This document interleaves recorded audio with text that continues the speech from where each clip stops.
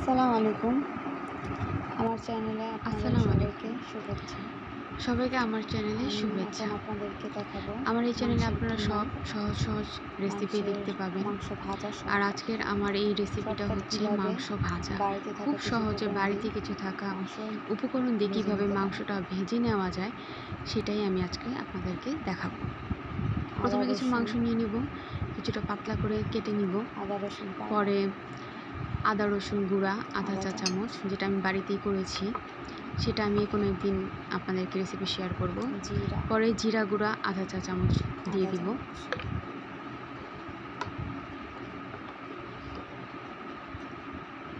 চামচ, মরিচ মরিচের আধা গুঁড়া চামচ, আধা চা চামচ দিয়ে দিব।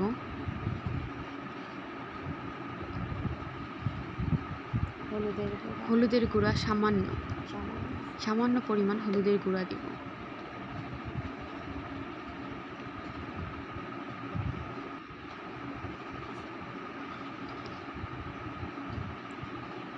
লবণ আন্দাজ মতো দিব। পরিমাণ মতো,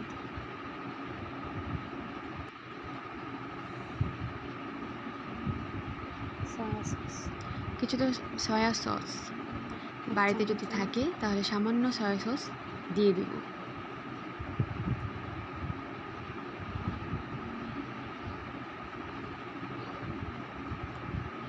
সয়াবিন তেল, কিছুটা সয়াবিন তেল দিয়ে দিব।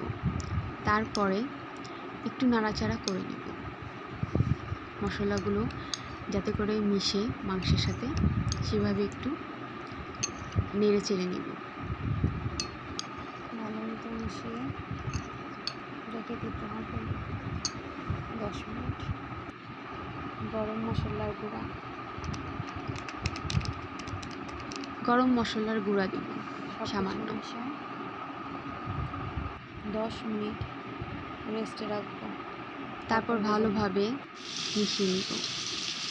তারপরে একটা চুলাতে ফ্রাই প্যান গরম করে ধীরে ধীরে ভেজে নিতে হবে মাংসগুলো, যাতে করে অনেক সুন্দরভাবে অনেক সফট এবং ভালো হয় ভাজা। আর এই ভাজাটা দিয়ে আপনারা শুধু খালিও খেতে পারেন, আবার পরোটা দিয়েও খেতে পারেন, আবার আপনারা ভাতের সাথেও খেতে পারেন। যদি একঘেয়েমি হয়ে যান কোরবানি ঈদের এই সিজনে, যে শুধু গরুর মাংস ভুনা আলু দিয়ে রান্না, তখন আমার এই রেসিপিটা আপনাদের অনেক হেল্প হবে। ধীরে ধীরে আমি এটা ভেজে নেব। দেখেন অতি সহজেই হয়ে গেল আমার